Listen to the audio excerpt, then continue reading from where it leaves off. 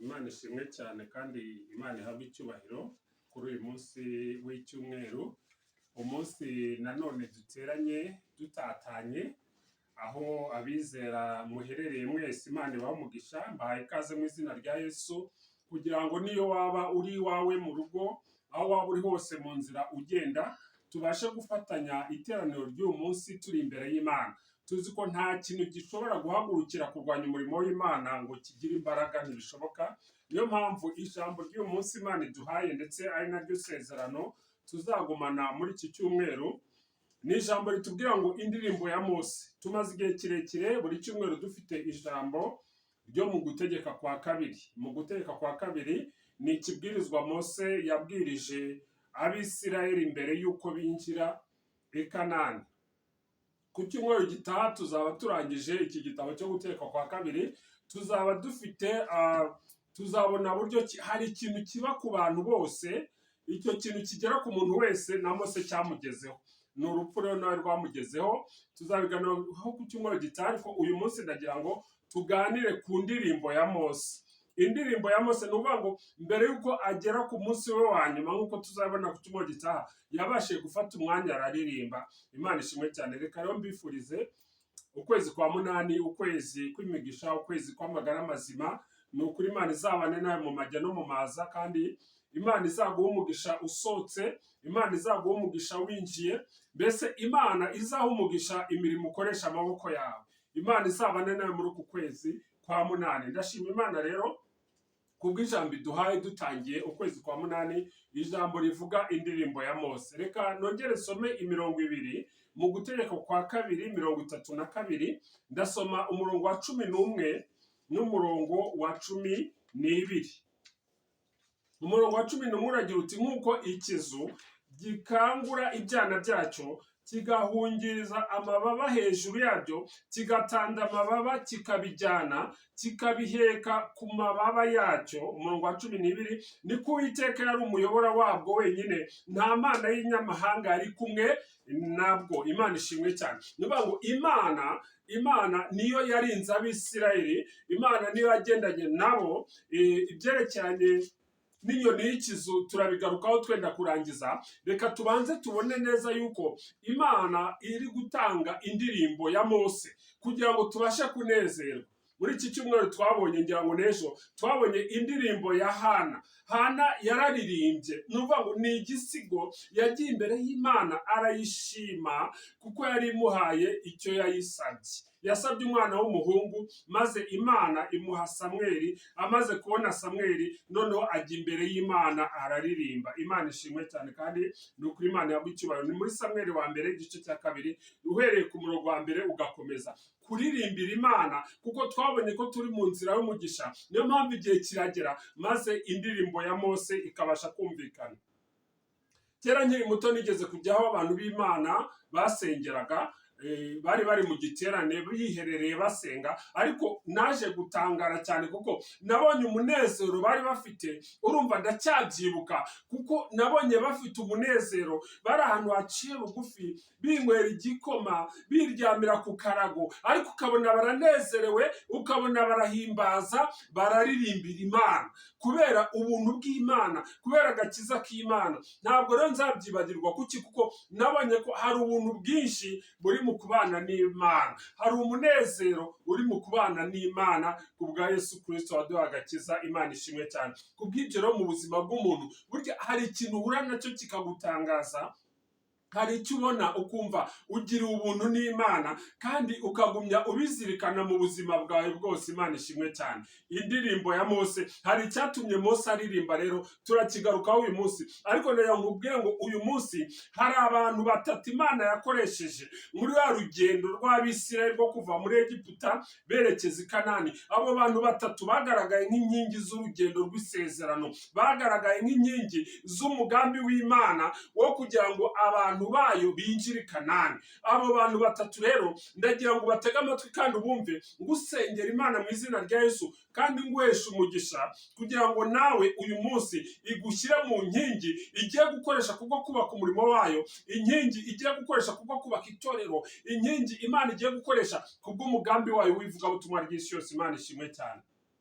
abo bantu Imana yakoresheje Mose arangije umurimo we nk'uko tuzabibona ku cyumweru gitaha. Imana yahise ihagurutsa Yosuwa. Imana yakoresheje Mose, Imana yakoresheje Yosuwa, Imana yakoresheje Kalebu. Abo bantu batatu rero mu gikorwa cy'agakiza k'Abisirayeli Imana yarabatoranyije irabakoresha. Ngwesheje umugisha mu izina rya Yesu kugira ngo uyu munsi Imana igutoranye kandi ibashe kugukoresha iby'ubutwari. Imana ishimwe cyane. Uzabishobozwa no kubana n'ijambo ry'Imana buri munsi, ubutumwa bwiza buri munsi. Nugira ubutumwa bwiza amasaha 24, ukibera mu ijambo ry'Imana amasaha 24, uzabasha gusenga amasaha 24. Nubasha gusenga amasaha 24, niyo mpamvu icyo gihe indirimbo izasohoka mu kanwa kawe, niyo mpamvu uzisanga uhimbaza Imana, niyo mpamvu uzisanga unezererwa Imana kandi ikakwibutsa ibyo yagukoreye, ikakwibutsa ko yabanye nawe. Ntabwo uzabona umwanya wo kwiganyira, ntabwo uzabona umwanya w'amagambo y'imfabusa, ntabwo uzabona umwanya wo kugira ubwoba, ahubwo uzahagarara nk'umuhamya wa Kristo. Imana ishimwe cyane kandi ukuri Imana yabwo icyubahiro. Ntabwo ari abantu benshi bashaka kuba mu ijambo ry'Imana, kubera ko mu gihe cya none isi nayo irahamagara, umubi nawe arahamagara, reka sinakubwira, ariko ndajya kubwira ngo niwibera mu ijambo ry'Imana uzabasha kugenda mu ijambo ry'Imana kandi Imana izagendana nawe. Farawo muri Egiputa ntabwo yari afite ubutumwa bwiza, ariko abakuru 12 bo mu Bisirayeli bari bafite ubutumwa bwiza. Kubera iki? Kuko Mose yarahagurutse avuye ku musozi Horebu, aragenda arabaganiriza, ababwira ijambo ry'Imana. Muri uku kwezi kwa munani mureke tubane n'ijambo ry'Imana. Nitubana n'ijambo ry'Imana ntabwo tuzagira ubwoba, nitubana n'ijambo ry'Imana ntabwo tuziganyira. Kubera iki? Kuko ijambo ry'Imana ni isezerano. Imana ishimwe cyane. Niyo mpamvu Bibiliya itwereka Aburahamu Imana yaramuhamagaye iramubwira iti haguruka. Ubwo ni ijambo ry'Imana ryamugezeho. Aburahamu arahaguruka, ariko ntabwo yahagurutse ntabwo yagenze 100% ngo yumvire uko Imana yamubwiye. Kuki? Kuko yahagurukanye na Loti. Ntabwo yagombaga guhagurukana na Loti, ariko nubwo bahagurukanye Imana niyo kwizerwa. Imana yamuhaye umugisha n'ubundi, ariko igihe kiragera mu gice cya 13 cy'itangiriro, noneho Aburahamu aza guca akenge asanga yuko atubashye Imana 100%. Nibwo rero yafashe umwanya atandukana na Loti. Atandukanye na Loti, noneho Imana iramubwira iti rambura amaso urebe ikasi n'ikusi, urebe iburasirazuba, urebe iburengerazuba, igihugu cyose ubonye n'icyawe n'urubyaro rwawe. Kubera iki? Kuko Aburahamu yizeye Imana 100%. Kuki? Kuko Aburahamu akoze iby'ijambo ry'Imana byamubwiye. Kubw'ibyo rero Imana iguha umugisha kandi ikugire neza ndetse igukoresha. Birumvikana abo bantu batatu ntabwo ari bo bonyine Imana yakoresheje mu rugendo rw'Abisirayeli. Hari n'abandi yakoresheje barimo Yetiro, hari harimo Aroni, hari harimo Rahabu, hari harimo n'abandi benshi, n'aba Miriyamu n'abandi. Abo bose Imana yarabakoresheje, ariko byibuze hari harimo batatu Imana yakoresheje mu buryo bw'igitangaza, abandi bakaza bakurikiye, Niyo mpamvu uyu munsi nawe ugambiriye gukoreshwa n'Uwiteka Imana. Igikorwa Imana ishaka mu gihe cya none, Imana ishaka ko abantu bakizwa bakamenya ukuri. Imana ishaka ubwo ubwami bwayo bwaguka bukagera mu bihugu byose byo ku isi, bukagera mu bihugu byose bya Afurika. Ubwami bw'Imana bukagera mu bihugu by'Iburasirazuba bwa Afurika. Ubwami bw'Imana bukagera mu mirenge yose 116. Aho ngaho rero nusengera icyo cyifuzo, byanze bikunze nawe uzisanga urimba indirimbo ya Mose. Imana ishimwe cyane kandi ukuri Imana yabwo icyubahiro. Reka twihuse rero turebe iyi ndirimbo ya Mose mbese yari ikubiyemo iki. Icya mbere, Mose yaririmbaga ashima Imana kubw'agakiza k'Abisirayeli, kubw'agakiza, kuko Imana yabahaye agakiza nyuma y'imyaka 400. Niyo mpamvu umurongo wa mbere mu Gutegeka kwa 2:32 ngo tega ugutwi wa juru we, nanjye ndavuga, isi nayo yumva amagambo amva mu kanwa. Ijuru ryumve n'isi nayo yumve. Kubera iki? Kubera agakiza k'Abisirayeli. Imana ishimwe cyane. Ni ukuri ndashima Imana kubwa Mose yabashije kuririmba nubwo atari ari mu mubare w'abagombaga kwinjira i Kanani, ariko byibuze yashimaga Imana ko kagakiza k'Abisirayeli, rya joro ryo gutabarwa cyagiye basohokaga mu maboko y'Abanyegiputa, kagakiza Imana yatanze kubw'umwana w'intama udafite inenge n'amaraso ku nkomanizo, byatumye Mose atekereza imyaka 400 yose yo mu buretwa. Mose atekereza agakiza Imana yabazaniye, arazamura, aranamiza, aririmba indirimbo ashima Imana, avuga ati ijuru tega ugutwi wumve, nawe wasi we wumve Imana y'agakiza k'Abisirayeli. Imana ishimwe cyane kandi ni ukuri Imana ihabwa icyubahiro. Kubera iki? Kubera ko izina ry'Uwiteka, umurongo wa 3 ngo kuko ngiye kogeza izina ry'Uwiteka kuko ngiye kogeza izina ry'Uwiteka. Mureke mu kwezi kwa munani twogeze izina ry'Uwiteka. Abantu bakunda kwiyogeza cyane, ibyo tubyita itangiriro 11. Abantu bo mu itangiriro 11 baravuze batumva rero mureke twebwe twiyubakira umunara, mureke twiyubakire umunara tuzamuke tugere no ku Mana, ndetse twiyubakire izina. Kuki twatatana?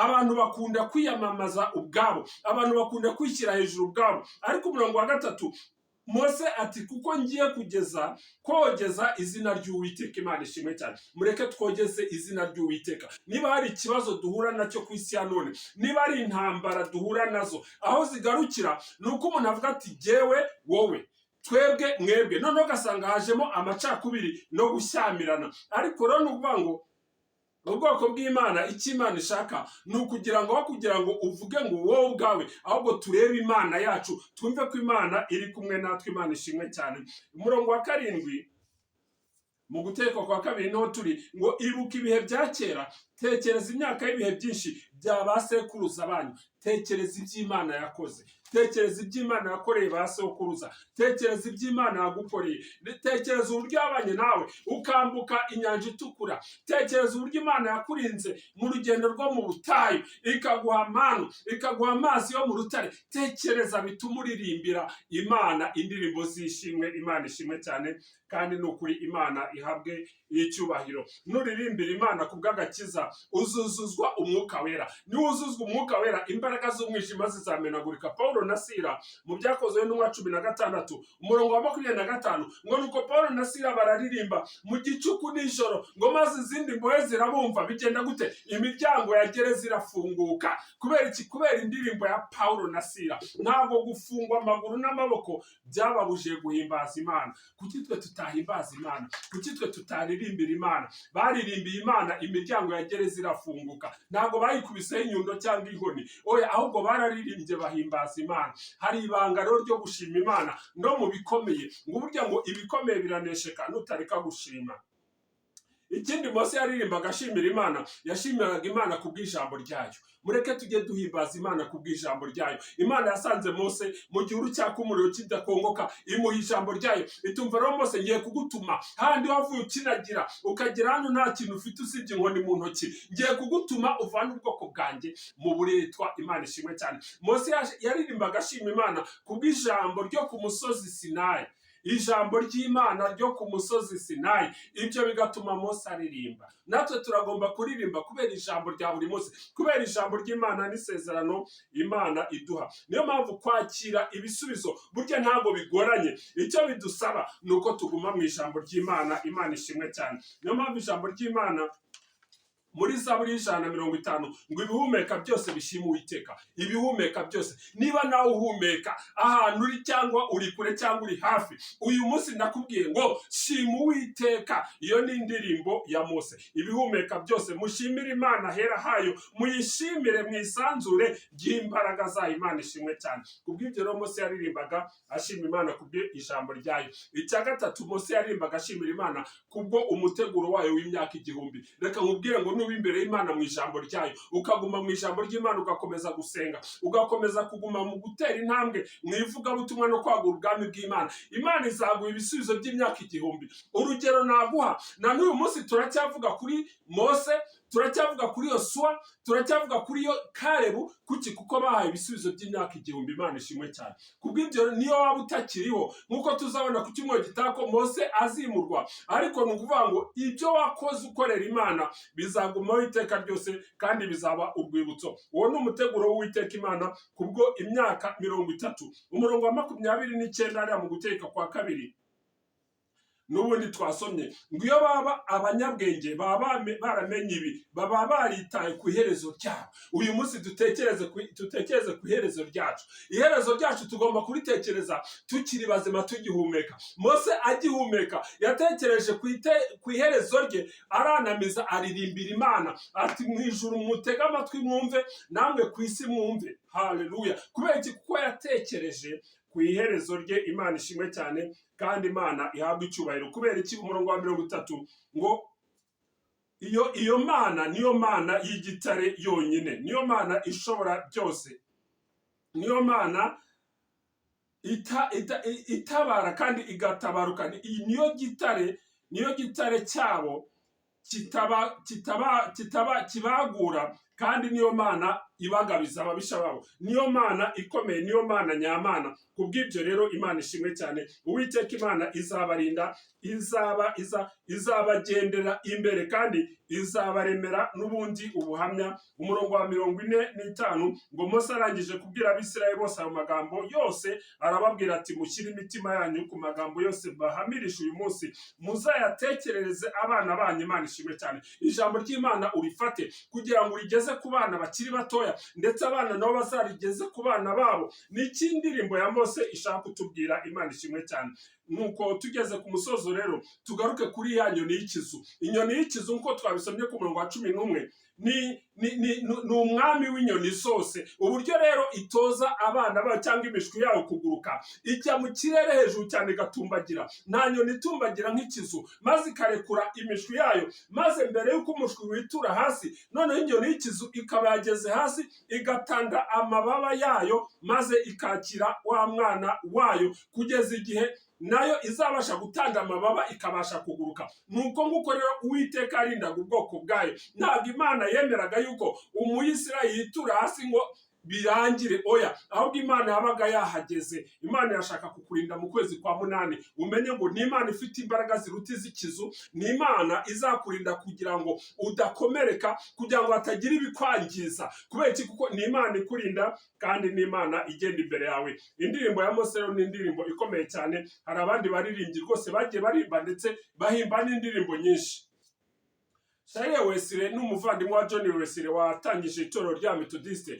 Charles Wesley yari indirimbo nyinshi cyane, kandi yahimbye indirimbo ahimbaza Imana. Yigeze avuga ati nuwampa iminwa igeze ku 10,000 nayikoresha mpimbaza Imana, ndirimbira Imana. Kubw'ibyo rero muri uku kwezi kwa 8 ngwesheje umugisha mu izina rya Yesu, kugira ngo nawe uhimbaze Imana, kugira ngo ushime Imana kubw'agakiza, ushime Imana kubw'ijambo ryayo, ushime Imana kubw'umuteguro wayo w'imyaka 1000. Dusenga Imana. Uwiteka Mana, mu izina rya Yesu, uri Imana yacu, uri Imana igira neza, uri Imana w'umuteguro mwiza, kandi uri Imana y'agakiza kacu. Wabanye n'Abisirayeli ubagobotora uburetwa bari barimo, kandi wabahaye ijambo ryawe aho mwabaga mugeze hose, maze natwe urashaka kuduha ijambo ryawe muri uku kwezi kwa 8 kubw'umuteguro mwiza waduteguriye. Natwe turaguhimbaje kandi turagushimye. Ni wowe Mana y'agakiza kacu, ni wowe witeguye kuturinda, ni wowe witeguye guha umugisha buri wese. Habwa icyubahiro mwaye Mana yacu, uhereye none ukageza n'iteka ryose, mu izina rya Yesu Kristo, umwami n'umukiza wacu.